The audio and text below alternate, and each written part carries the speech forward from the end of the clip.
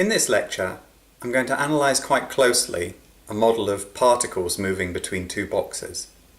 This is actually a very simple model, and it's a model which we can analyse mathematically in a whole variety of ways. But the point of the lecture is really to show you the different ways of approaching modelling a system and how these can interact with each other. When we come up to modelling more complicated systems, this will help us approach the systems in different directions.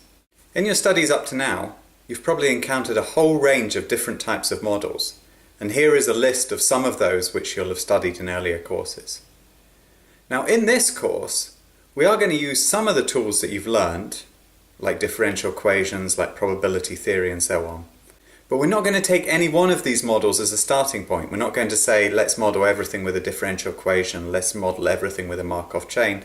We're going to use these tools to help us along the way.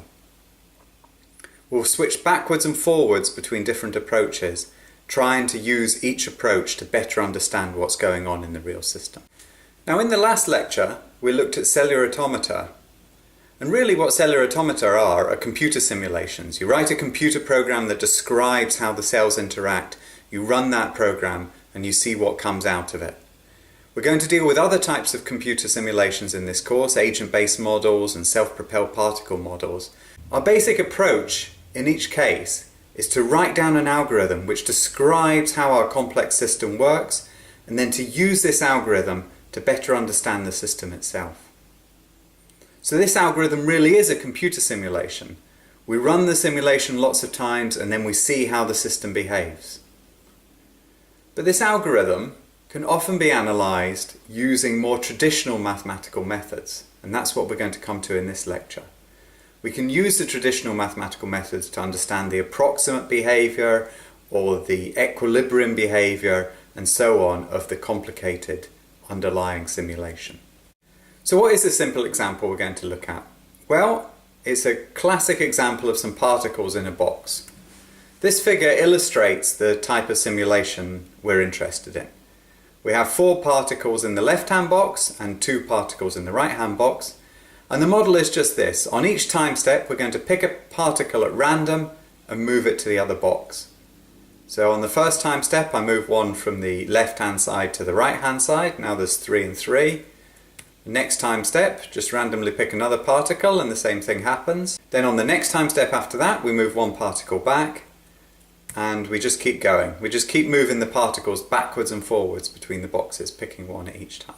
Now on the website, you can see the simulation code for this simulation. I'm not going to go through it in detail here, but what you should do now is download the code in MATLAB, run it a few times and see how this simulation works. The simulation output you'll get is something a bit like this. This is one example run of the thing.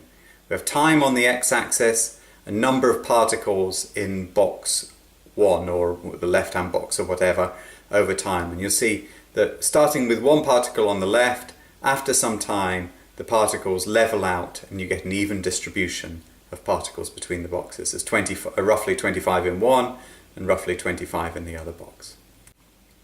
We can run this simulation a few more times. Here's 5 different runs all put over one another, and we get a bit of variation there, but the same sort of general pattern, that there's a variation towards half in one box, half in the other.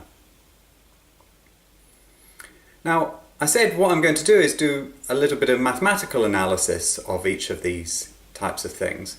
And so what I've done in the attached lecture notes is derive what I call as a mean field model of this process.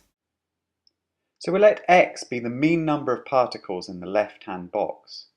And what we do is we look at the rate of change of x as a function of time, and we can add particles. This is p is the probability of adding a particle to the left-hand box, and px to x minus 1 is the probability of losing a particle from the left-hand box. And these are basically proportional to the number of particles in the right-hand box is the probability of gaining a particle, and the number of particles in the left-hand box is the probability of losing a particle.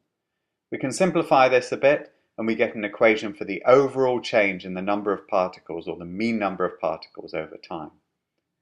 We can express this as a difference between the two particles, between the two boxes.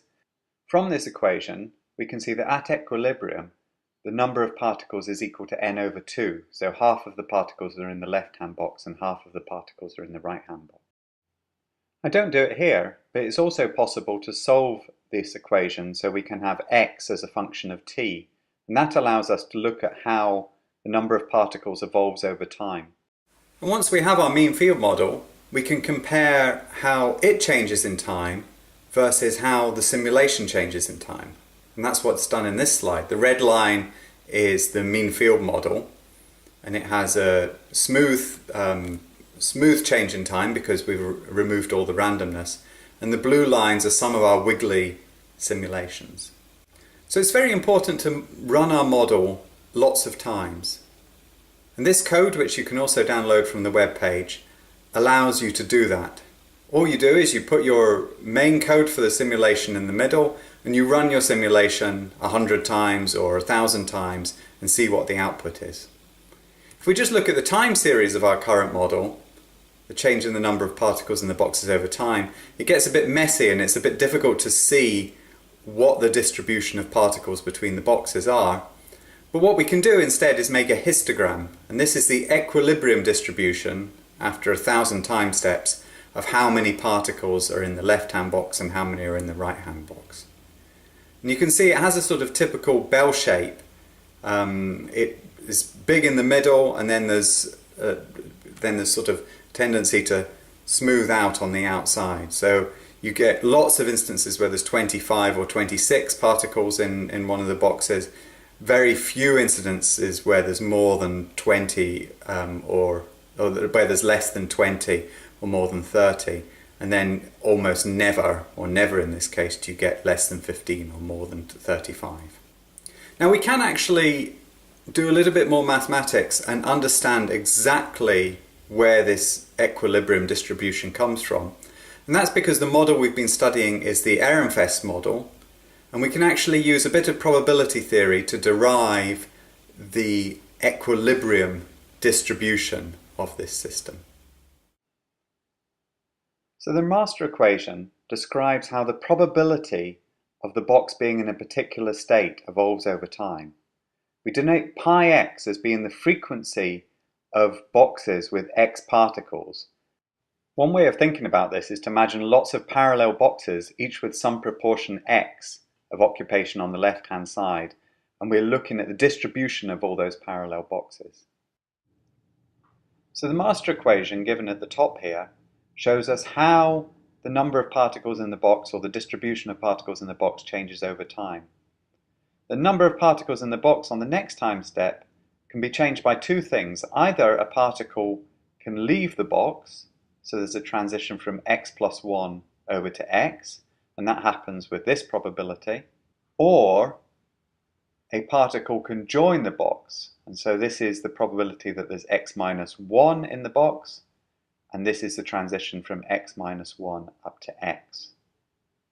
Now we already worked out these probabilities when we were looking at the mean field equation, and they are x plus 1 over n is the probability of leaving the box, and 1 minus x minus 1 over n is the probability of joining the box.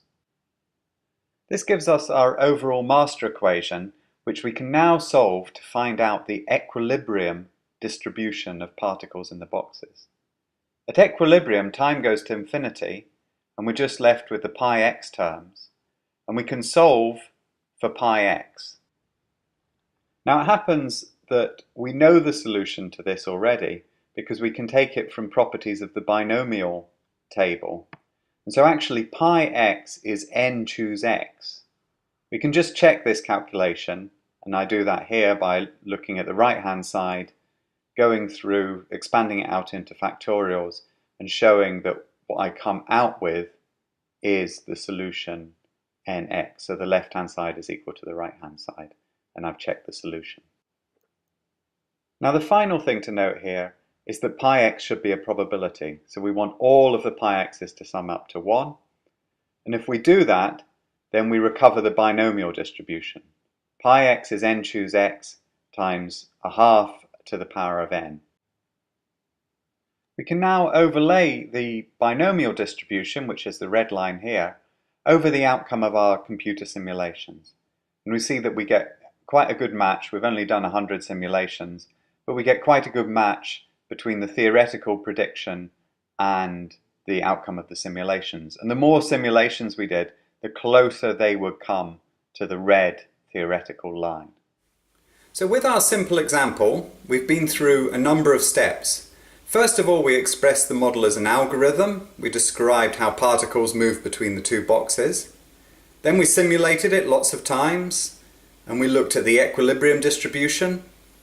How were the particles distributed after a long period of simulation?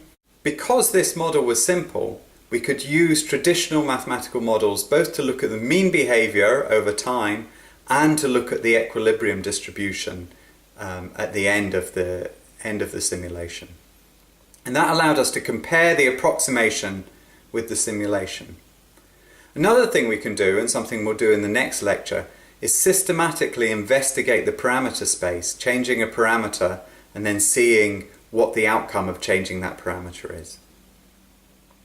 But that gives an outline of the overall approach that we're going to take here. We start with a simulation, we try to do various approximations, and we try to build up an understanding of the model as we go along.